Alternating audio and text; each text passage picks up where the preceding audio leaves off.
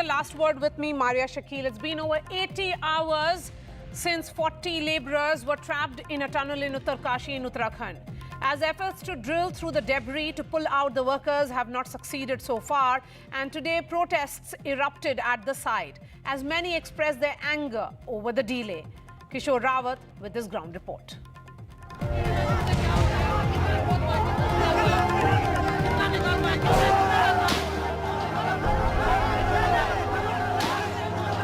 Anger, despair and this protest by workers outside the Uttarakhand tunnel, where 40 of their colleagues are trapped for 80 plus hours now. नहीं निकल पा रहे sir, बहुत दिन हो रहा है, 4 दिन हुआ है, फंसे हुए हैं, वो लोग भी दुख तकलीफ से पड़े हुए हैं। शनिवार को गुस्सा दिन है, अभी तक खाना पानी कुछ नहीं गया, लोग झूठ बोलता है, सब मजाक बना के रखा है। सर हम अंदर में काम करता हूँ, सर हमको मालूम नहीं है। 74 घंटे से ज़्यादा का समय गुजर चुका है और जो परिजन हैं उनका भी अब धैर्य जवाब दिया जा रहा है, क्योंकि उनके अपने अंदर है और अभी तक बाहर आने की कोई ऐसी संभावना नहीं दिख रही है। हमारे साथ ये परिजन मौजूद है। आपका नाम क्या है? तीरथ सिंह नेगी। अच्छा, एक चीज़ बताइए, क्योंकि अब समय भी गुजर जाता है, आपको लग रहा है कि समय ज़्यादा निकल रहा है और आपको परेशानी हो रही है, इंतज़ार ज़्यादा बढ़ता जा रहा है? नहीं, देखो हमें तो कोई, हमारे को तो एक ही ध्यान है कि वो जो बेचारे वहाँ फंसे हुए हैं वो बाहर आए। हमारा ध्यान उन्हीं पे है कि वो सुरक्षित बाहर आए। लगातार वहाँ पर इनकी नज़रें इसी टनल पर टिकी हुई है और इस टनल पर इसलिए टिकी हुई है क्योंकि यहाँ से उनके परिजन धीरे धीरे बाहर आए। This as a fresh landslide hampered rescue efforts.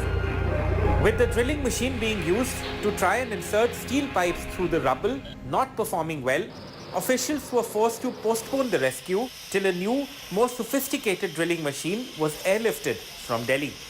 Himalayan region comprises soft rocks in general, and only in patches, in small portions, there are hard, stable rocks. And it's a difficult situation.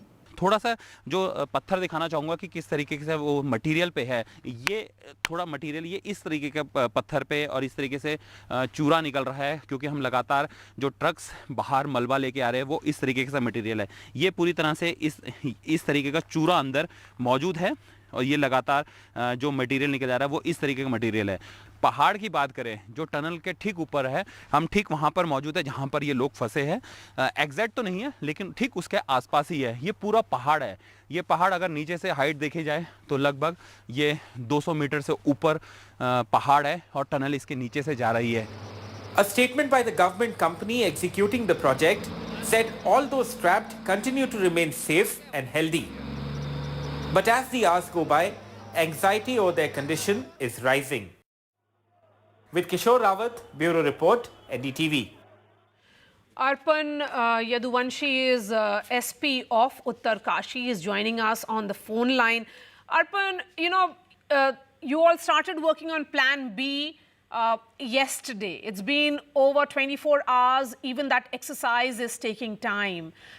This clearly looks like that there's no timeline on which it is being worked upon. Or what can you tell our viewers about as to when will they be evacuated, those 40 trapped workers? Ma'am, I can assure you that we are working round the clock. The rescue operation is on full swing. Three Hercules C-130J coming from Delhi has been coming with machines, extricator machines, auger machines, and they have been shifted to the tunnel site. And we hope to start that horizontal drilling by late midnight. And ma'am, I cannot give you the deadline since it's a highly technical operation going on inside the tunnel. But I can say that we are working. Hello. Yes, we can hear you. Ma'am, I can assure you that we are working round the clock, and the rescue operation is on war footing. And we hope to rescue all the trapped laborers as soon as possible. We certainly hope that you succeed in your efforts, Mr. Yaduvanshi. But the larger question is about the time. This is a race against time. Time is of essence here. And that is the reason why I'm asking you, is Plan B the right plan that you're confident about that will ensure that the trapped workers are rescued and evacuated? Ma'am, we had all the technical expertise from the RVNL, NHIDCL, all are here, and this plan has been we have started executing this plan after discussing all the technical details with the teams. So I am very confident. The technical people are very confident that this will work out, and we hope to rescue it as soon as possible, ma'am. Yes, but I just want to understand from you, Mr. Yaduvanshi, quickly on that. You know, you have been saying that contact has been established with the workers, food, water is being provided to them. What about their well-being? Ma'am, we are continuously negotiating with them. We have started. We have established communicating with them, and in every 1 hour we are talking with them. So they seem to be calm and composed, and food, water, oxygen, and basic amenities have been supplying to them. So, ma'am, as of now, they are very safe and sound, and they will be rescued very, very soon, ma'am. That's my last question to you, and this certainly is of major concern to the families, because the families have started protests as well. We saw those protests at the site where this accident actually took place. What will you be telling the families? Ma'am, we are continuously negotiating with families, and some members have also talked to the trapped laborers there. So we are continuously negotiating with them, and we are sharing with them the details of the operation. So they seem to be satisfied by now, and we hope to rescue them as soon as possible, ma'am. All right, Arpan Yaduvanshi there, SP of Uttarkashi, saying that they are looking at rescuing the 40 trapped workers at the earliest. Thank you so much for your time. Shifting focus to another story now. US President Joe Biden and China's President Xi Jinping will have their first in-person meeting in a year on the sidelines of the APEC summit. The two leaders will sit across the table in a perfectly choreographed meeting in San Francisco later tonight. The meeting comes amidst tensions between the two powers that have pushed ties to an all-time low. From spy balloon escapades to aggression in the South China Sea and the Taiwan Strait, China has been Biden's nightmare in recent times. In a run-up to this much-anticipated meeting, US and China have been engaging in high-level official interactions in recent months, including a visit by Chinese Foreign Minister Wang Yi to the US this year. US Federal Reserve Chair Janet Yellen and US Secretary of State Antony Blinken have also visited China. In terms of outcomes, there may be nothing to waltz home about, but there may be a thaw in the somewhat frosty US-China ties. Get back on a normal course of corresponding, being able to pick up the phone and talk to one another if there's a crisis, being able to make sure our military still have contact with one another. We can't take, as I told you, we're not trying to decouple from China, but what we're trying to do is change the relationship for the better. I'm not going to preview what exactly President Biden will say to President Xi, because I think he should have the opportunity to speak to him directly in person without me proclaiming it from the podium. I will say that the president, broadly speaking, is going to set out a vision for peace and stability and the maintenance of peace and stability across the Taiwan Strait.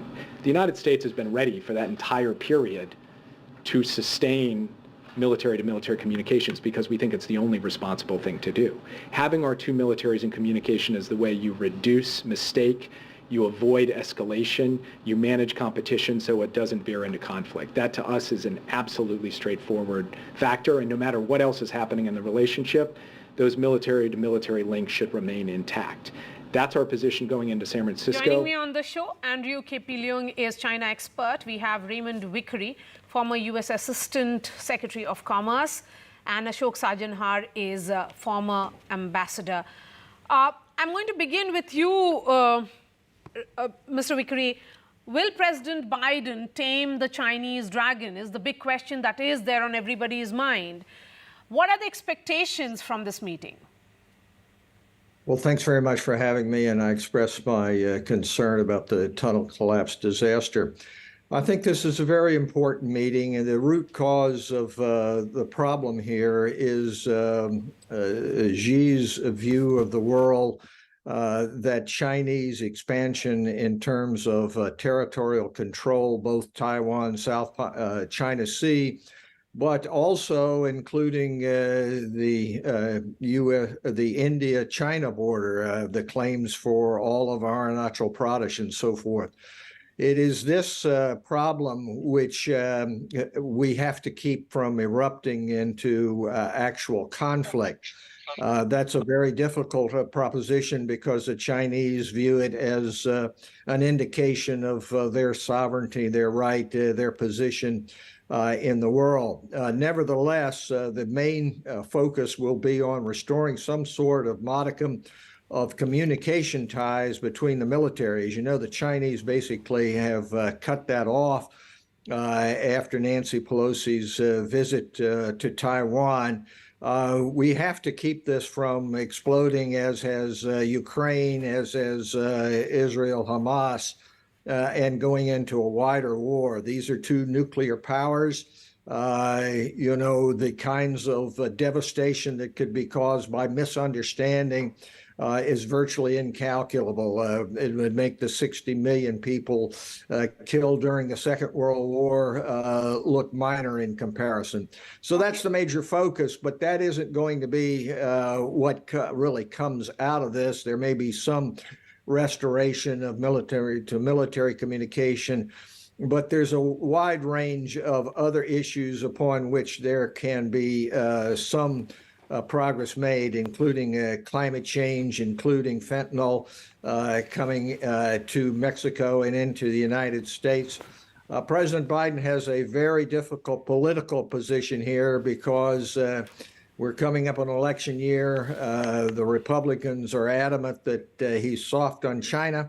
And so you have to be able to be a diplomat enough to normalize a relationship, but at the same time, not get caught in the political crossfire. Yes. One point of convergence can be trade.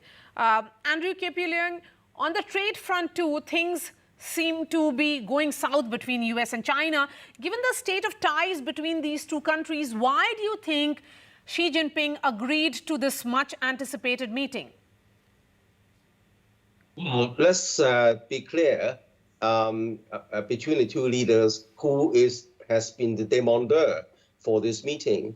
There is more demand on the American side than on the Chinese side, because the President Biden is extremely anxious to put this relationship and not allowing this to go off the rails, because the United States has been, there is a bipartisan consensus that China is an existential threat to Americans' hegemony and American dominance, American interest on all fronts.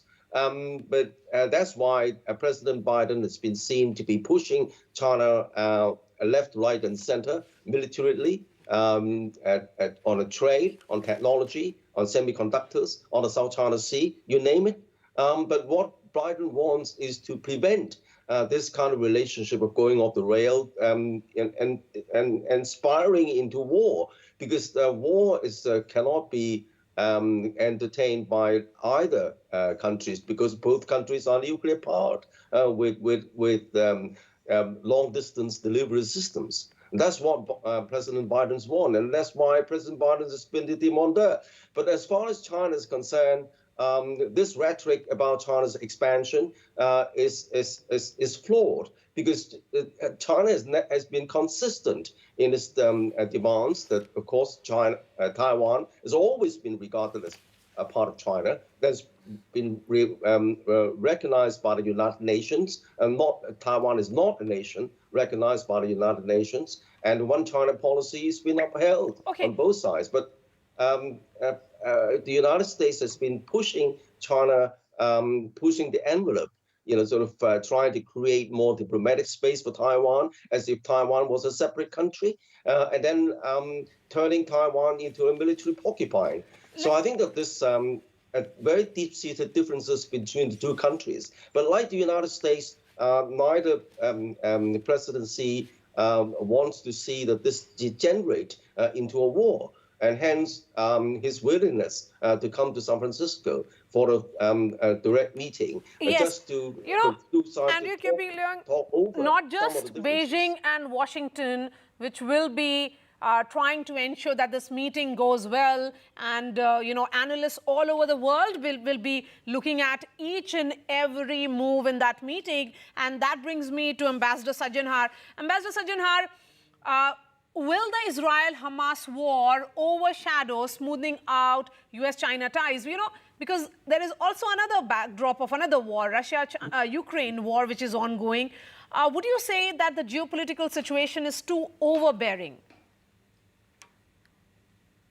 Well, thank you very much, Maria. Yes, I think there are very many challenges on the global front. There is huge turmoil, turbulence. You have mentioned two of the particular issues which are really immediate and which need to be taken care of. Those two issues will definitely be discussed, and definitely other areas like climate change, like terrorism, etc. But I think the focus definitely is going to be on bilateral issues, Marya, and how to sort of put the bilateral issues on a somewhat even keel and to give them some sort of certainty and some sort of predictability, because that is what President Biden wants, and I think that's what the world is also looking at. And the world has been very concerned, particularly as far as this our own region is concerned, Indo-Pacific is concerned, that the expansionist and aggressive policies of China have really tended to create an imbalance in the situation, whether it is the aggressiveness it has displayed against Taiwan. It is something very new that is happening in terms of sending its aircrafts into the air identification zone of Taiwan, in terms of announcing and publication of this map in which it claims so much of the territories in the South China Sea, as also 93,000 square kilometers of Indian territory. I think these are all matters of great concern to the countries in this region, and they would like that there should be some cooling down of tempers, the polarization that has taken place between China and the United States, between the East and the West, that comes down, so that people are able to focus more on dealing with the challenges within their countries and providing a better life to their own people, rather than getting engaged in such activities. We have seen Russia-Ukraine conflict since February last year, and then since last month, since October 7th, we have seen the Israel-Hamas conflict. And the world does not want more of these, even in terms of muscle flexing, because that is going to have a very adverse and a deleterious impact on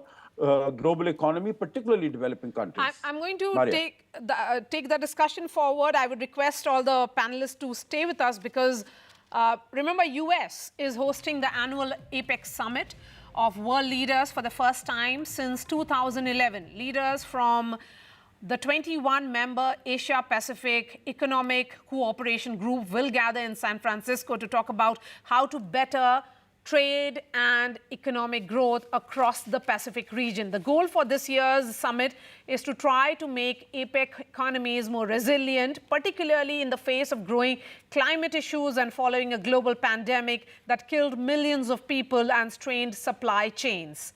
India is attending the summit as an invitee.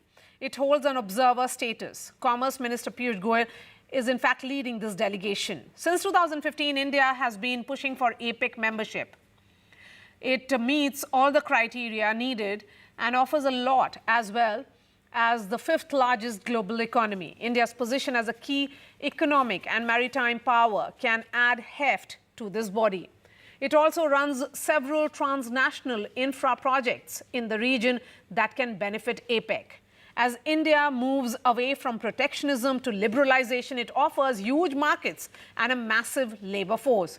Before we do a deep dive into India at APEC. Here's my colleague Parmeshwar Bawa explaining what APEC is all about. APEC stands for Asia-Pacific Economic Cooperation, and it's a forum to promote trade, investment and economic development among nations around the Pacific Ocean. Now, the group actually started with 12 members back in 1989, but has since grown to 21, which includes China, Russia, Japan, the United States and Australia as well. Now, these member nations pack a lot of punch. They account for 62% of global GDP and nearly half the world's trade as well. But one has to acknowledge that this forum has limited scope. It's centered on trade and the economy, there's no military component, and it was not forged by a world-altering event like a war. It technically has member economies rather than countries. That allows room for participation by both China-ruled Hong Kong and self-ruled Taiwan. India, as you know, is an observer nation. But the main event of this summit is unfolding on the sidelines. A meeting between US President Joe Biden and China's Xi Jinping. Now, in terms of political expectations and economic implications, with Taiwan's 2024 elections looming, China seeks assurances from the United States against fostering pro-independence sentiments. Additionally, China aims to ease tariffs and export controls on advanced semiconductors. But as Joe Biden and Xi Jinping engage, markets await signals amid ongoing geopolitical dynamics, hoping for a positive impact amidst broadening uncertainties globally.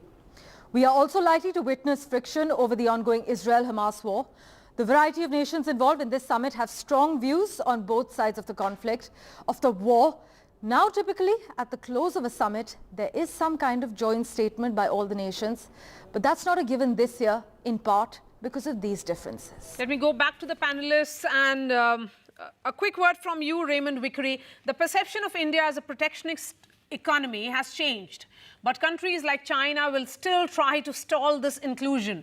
How can India overcome these hurdles? Well, I think it's perfectly clear that the United States has for decades wanted India to be a part of APEC. Unfortunately, China has been the drag in terms of admission of India, saying that it hasn't gone far enough in reforms, which in a way is really ironic in view of China's very hefty participation of the government in directing the economy in China. I also would say that there has been some reluctance on the part of India, really, in terms of meeting criteria in particularly the whole business about we're going to have protection of certain areas of the economy. But there is no question that now is the time for India to join APEC. It is a mechanism, although flawed certainly, but it is a mechanism to be able to have one of the greatest incentives for peace, which is economic engagement. So I would hope that the progress could be made and that there could even be an announcement of India's accession to APEC this time around. Okay. So what about China? How is China viewing something which is almost inevitable? Because given the position that India has globally in this new world system, how is China viewing something that is going to happen? I don't think that China regards the India accession as a threat, because the fact remains that China is the largest trading partner for 128 countries around the world. Is deeply embedded in the world supply and value chain. 128 countries compared with only 58 for the United States. So China is much more deeply embedded in the whole world supply and value chain, and this is unlikely to change by any kind of decoupling or de-risking or whatever you call it. But as far as India is concerned, it's quite ironic that, of course, APEC is nothing compared to the largest trading bloc in the world, which is the Regional Comprehensive Economic Partnership, the RCEP. India actually, after years of negotiating for entry, have chosen to drop out of the the world's largest trading bloc, accounting for a third of the world's GDP and a third of the world's population. And the APEC is more about politics in a way, even though it's about trade. But as suggested earlier, India is ambivalent about entirely free trade, and that's the reason why it chose to withdraw from the RCEP. But as far as China is concerned, I don't think China is radical in any way. China's deeply entrenched in the global and supply and value system. But I think that China wants peace because China doesn't want war, because war is no good for China's trajectory. And above all, China wants a more inclusive world rather than kind of creating kind of small circles, excluding others, and trying to ostracize some countries on the part of ideology. But basically, I'm just enough time for Ashok Sajjanhar. Ambassador Sajjanhar, how does an APEC membership really benefit India?